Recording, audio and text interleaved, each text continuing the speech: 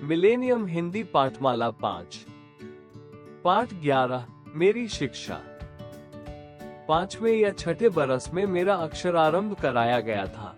उस समय की प्रचलित प्रथा के अनुसार अक्षरारंभ मौलवी साहब ने बिस्मिल्लाह के साथ कराया था। जिस दिन अक्षरारंभ हुआ, मौलवी साहब आए, मिठाई बांटी गई। हम 3 विद्यार्थी उनके सुपुर्द किए गए, एक मैं और दूसरे 2 अपने कुटुंब के ही चचेरे भाई। यमुना प्रसाद जी सबसे बड़े थे। वे हमारे लीडर थे। वे तमाम खेल और लड़कपन की शैतानी में आगे रहा करते थे। उनके एक चचा, जो मेरे भी चचा थे, बड़े मजाक पसंद थे।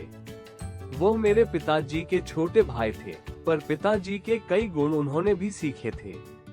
वो घोड़े की सवारी करते थे, बंदूक और गुलेल चलाना भी खूब जानते थे, फारसी भी पढ़े थे और शतरंज भी बहुत खेलते थे।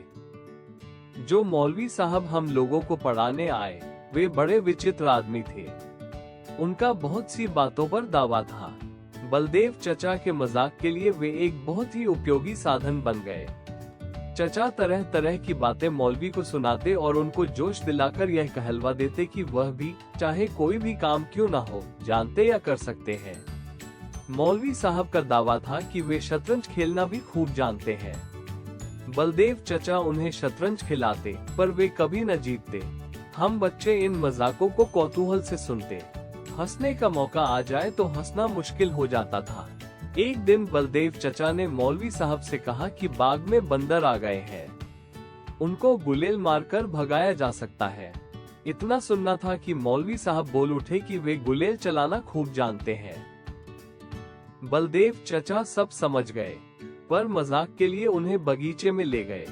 गुलेल और गोली उनके सुपुर्द करके कहा कि खूब खींचकर एक बंदर को मारिए।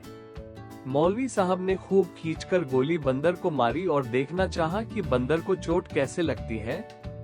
इतने में ही उनके बाएं हाथ के अंगूठे से तरतर खून टपकने लगा और चोट के दर्द से वे सहम कर बैठ गए। गोली बंदर के बजाय वे खुद को मार बैठे थे। एक दिन सब लोग शाम को टहलने निकले। साथ में मौलवी साहब और बलदेव चचा भी थे। तरह तरह की बातें हो रही थी कि इतने में एक सांड आ गया। सबने कहा, ये सांड लोगों को मारता है। मौलवी साहब कब डरने वाले थे। बलदेव चचा के इशारे पर वे बेखौफ आगे बढ़े कि सांड ने उन्हें दे पटका। एक दिन बलदेव चाचा ने मौलवी साहब को बंदूक चलाने की शिक्षा देनी चाहिए।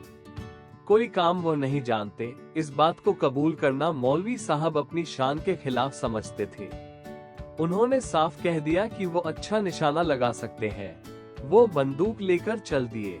कुछ दूरी पर एक ऊंचे दरख्त पर एक गिद्ध बैठा नजर आया।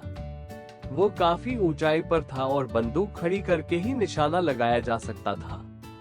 मौलवी साहब को जो बंदूक दी गई, वो पुराने किस्म की थी। मौलवी साहब ने तो पहले कभी बंदूक चलाई नहीं थी। उन्होंने खड़ी बंदूक को सीने पर रखकर ज्यों ही घोड़ा दबाया कि गिद्ध के स्थान पर मौलवी साहब गिर पड़े। उन्हें उठाकर घर लाया गया। इस प्रकार के मजाकों के बीच हम फारसी पढ़ते रहे। कुछ महीने बाद मौलवी साहब चले गए। दूसरे मौलवी साहब बुलाए गए। वे बहुत गंभीर थे और पढ़ाते भी अच्छा थे। हफ्ते में 5.5 दिन फारसी पढ़ाते थे। बृहस्पतिवार की दोपहर के बाद और शुक्रवार की दोपहर तक फारसी से छुट्टी रहती थी, तब गिनती सीखते थे। खेलने कूदने के लिए भी समय दिया जाता था। हम लोग खूब सवेरे उठकर मौलवी साहब के पास जाते थे। वे एक कोठरी में रहा करते थे। सामने आंगन में तख्तपोश पर बैठकर हम पढ़ा करते थे। सवेरे आकर पहले का पढ़ा हुआ पाठ दोहराया जाता। जो जितना जल्दी याद कर लेता, उसको उतना ही जल्द नया सबक पढ़ा दिया जाता था। तब तक सूर्योदय हो जाता। हम अपना मुंह हाथ धो लेते और माँ के पास कुछ खाने के लिए पहुँच जाते। प्रायः आधे घंटे की छुट्टी मिलती। नाश्ता करके लौटने पर सबक याद करना पड़ता और सबक याद करके सुना देने के बाद मौलवी साहब हुक्म देते, किताब बंद करो। किताब बंद करके तख्ती निकालनी होती। तख्ती भर जाती तो उसे धोना पड़ता। इस क्रिया में भी कुछ समय खेलने को मिलता।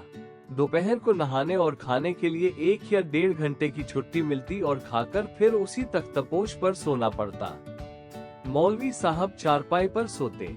दोपहर के बाद दूसरा सबक मिलता और उसको याद करके सुनाने पर ही खेलने की छुट्टी मिलती। संध्या को जल्द नींद आने लगती।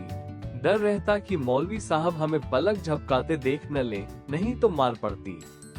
जल्दी छुट्टी के दो उपाय थे। खेल कूद में जमुना भाई लीडर थे। जल्दी छुट्टी पाने के लिए भी उपाय वही करते। पढ़ने के लिए तेल का दिया जलाया जाता था। जमुना भाई रेत की छोटी पोटली बना लेते और छिपाकर उसे दिए में रख देते। वो शीघ्र ही तेल सोख लेती और दिया जल्द बुझने पर आ जाता। मौलवी साहब दाई पर गुस्सा होते कि तेल कम क्यों डाला और मजबूर होकर किताब बंद करने का हुक्म दे देते। और जो कुछ फारसी का ज्ञान हुआ उन्हीं मौलवी साहब ने दिया। हम सब भी उनको प्यार करने लगे थे। जब घर छोड़कर छपरा अंग्रेजी पढ़ने के लिए जाना पड़ा तो मौलवी साहब को और हम लोगों को भी बड़ा दुख हुआ।